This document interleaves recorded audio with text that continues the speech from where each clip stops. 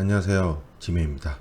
오늘 할 내용은 경매물건 분석 주거 게시판에 있는 압류 신경 안 써도 되는 대항력 세입자 물건도 있다라는 글에 대해서 보도록 하겠습니다.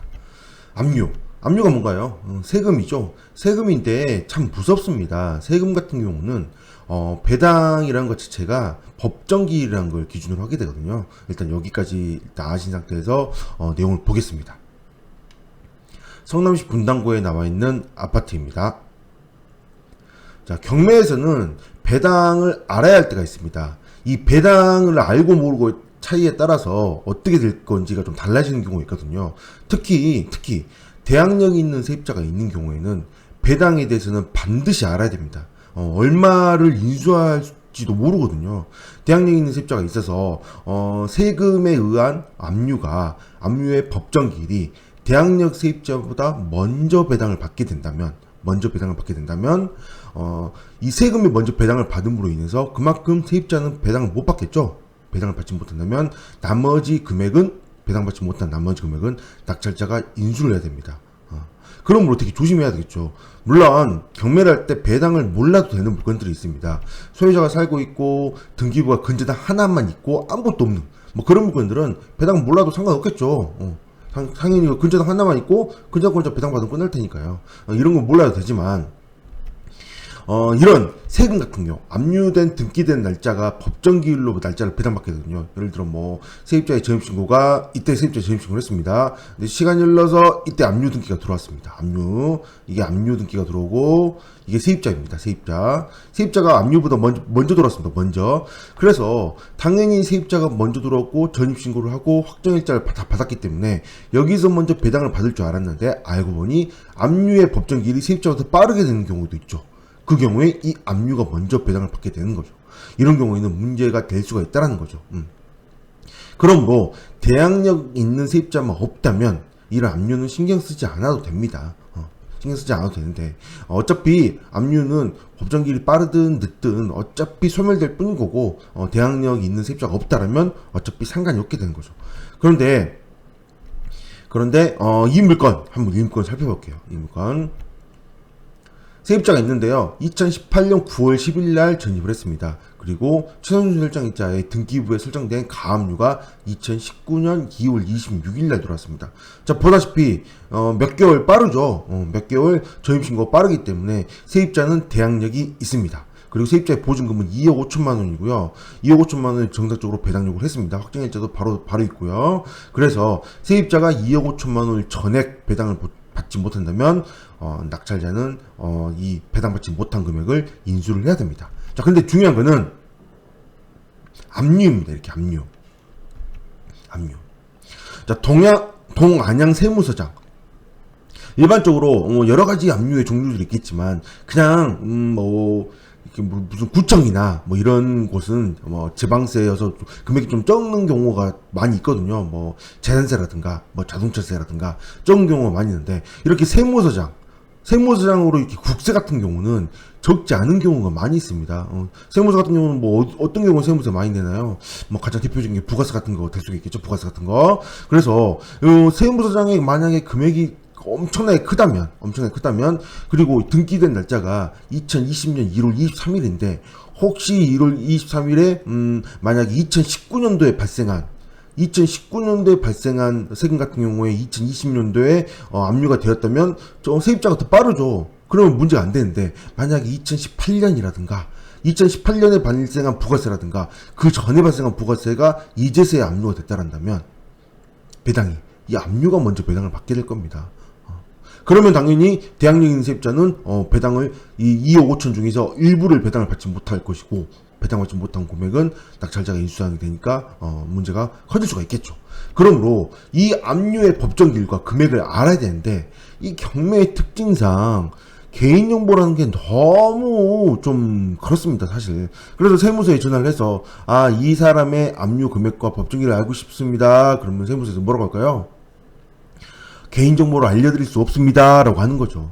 그러므로 알아낼 수가 없어요. 이게 공매로 넘어왔다면 알 수 있는데 이렇게 경매로 진행된 경우는 알 수가 없다라는 거죠. 그럼 이게 반드시 알아야 됩니다. 경매에 있어서는. 그런데 이제 이 물건을 한번 좀 자세히 한번 살펴볼게요. 이 물건은 감정평가 금액이 4.6억, 4억 6천만 원이고요. 그 다음에 세입자의 보증금이 2억 5천만 원이 있습니다. 그 상태에서 세입자보다 만약에 압류가 세입자보다 먼저 배당을 받는다면, 그리고 이 압류의 금액이 2억 1천만 원이 넘어간다면 당연히 세입자가 배당을 받지 못하게 되므로 인수항이 될 수가 있겠죠. 물론 뭐 2억 1천만 원이 넘어갈 가능성이 있을지 없을지는 알 수 없습니다. 알 수 없습니다. 그런데 경매에 있어서는요, 이 특징을 생각해야 됩니다. 경매라는 건 결국 경매라는 거는 이 물건, 이 집이죠. 물건을 넘겨서 돈으로 환가시켜서 배당을 받는 시스템입니다. 당연한 거죠. 어떤 물건을 팔아서 그 다음에 배당 줄 서면 이 물건을 파는 돈을 환가시킨 다음에 배당을 받고, 혹시 돈이 남는다면 소유자한테 가고, 돈이 남지 않는다면 뭐 그냥 이대로 그냥 끝나게 되는 거죠. 그런데 이 경매로 이 물건을 넘겨서 환가받는 시스템인데, 경매로 넘긴 사람이 이 물건을 이건 내가 경매로 넘겨서 돈을 받아야지 라고 넘긴 사람이 경매로 넘겼습니다. 넘겼는데 지금 예를 들어 이 물건이 1억짜리였다고 칩시다. 1억짜리였는데 이 물건에 이미 1억이라는 근저당이 다 전부 설정이 되었습니다. 이게 1억인데 이게 전부 다 근저당이 설정이 되었습니다. 근데 어떤 사람이 제 3자가 나타나서 이 물건을 경매로 넘겨서 나는 돈을 환가시켜서 돈을 받아야지 라고 경매로 넘겼는데, 경매가 1억이 낙찰되었습니다. 제가 경매병이나 이런 당했으나 이런 건 제외시키고요. 그래서 1억이 낙찰됐는데 1억의 근저당권자가 전액 배당 받고 끝나버립니다. 그리고 경매로 넘긴 사람은 1원도 배당을 받지 못합니다. 그럼 무슨 생각이 드나요? 갑자기 근저당권자 입장에서는 나 그냥 이자 잘 받고 있는데 갑자기 노가 나타나서 경매로 넘겨서 환가시켜버리면 나는 오히려 손해가 되지 않냐라고 생각할 수도 있는 거죠. 즉, 이 경매로 넘긴 사람이 이 물건을 경매로 넘겨서 배당을 받았을 때는 당연히 그 이득이 있어야 되는 거죠. 여기서 말하는 이득은 뭐예요? 배당이죠, 배당. 그래서 이 경매로 넘긴 사람이 1원이라도 배당을 받아야만 이 물건은 경매로 진행시킬 수 있는 거지, 1원이라도 배당을 받지 못한다면 경매로 진행시킬 의미 자체가 없다라는 거죠. 그래서 이런 걸 갖다가 무잉여 기각이라고 합니다. 그래서 경매로 넘긴 사람이 1원이라도 배당을 받지 못한다면 경매로 넘기는 의미가 없고, 이거를 무잉여 기각이라고 해서 경매 신청한 경매시청자는 배당을 전혀 받지 못한다면 경매를 진행할 이유가 없죠. 그러면 기각이 되어서 처음부터 없던 일로 되도록 하게 됩니다. 자, 이 물건 등기를 봐보겠습니다.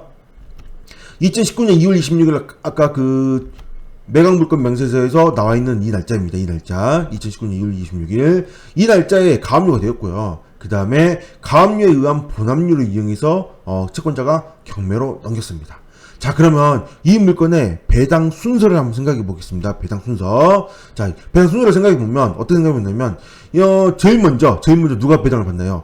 대항력이 있는 세입자가 있고요. 대항력이 있는 세입자가 제일 처음에 있고요. 대항력이 있는 세입자가 있고요. 그 다음에 아까 세무사 압류가 있죠.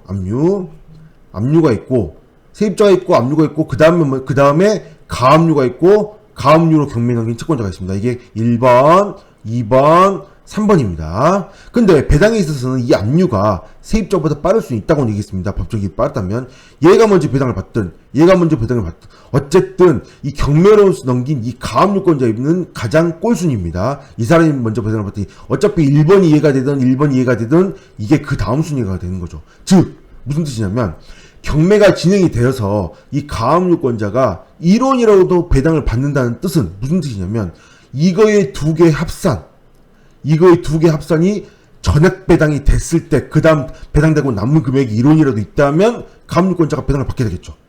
무슨 말인지 이해되시죠? 근데 만약에 이 세입자가 되든 압류가 되든 전액 배당을 받지 못한다면 당연히 돈이 남는 금액이 없을 것이고, 남는 금액이 없다면 이 가압류권자는 배당을 전혀 받지 못하겠죠. 자, 그럼 이 두 가지 상황으로 나눠집니다. 자, 1번, 2번이 전액 배당이라면 가압류권자는 1원이라도 배당을 받음으로 이 물건은 인수사항이 없게 되는 거죠. 인수사항이 없게 되죠. 그죠?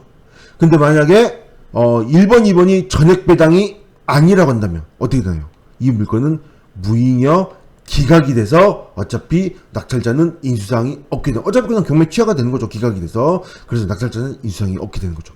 무슨 뜻인지 이해가 되시나요? 그래서 대항력 있는 세입자가 있다고 해서 반드시 전부 다 전부 다 인수상이 있으므로 압류를 알아야 되고 법정 기일을 알아야 되는 건 아니라는 거죠. 이럴 때 무인의 기각에 대해서 좀 내용을 아신다면 입찰하자. 내가 원하는 금액 이 금액을 써. 낙찰받고 났더니 가압류권자 배당이어서 그러면 배당이니까 경매 진행됐다. 그럼 문제 없습니다. 그리고 낙찰받고 그냥 잔금 납부하고 진행하면 되고요. 그 다음에 낙찰받고 났더니 갑자기 매각 불허가 되면서 무인의 기각이래.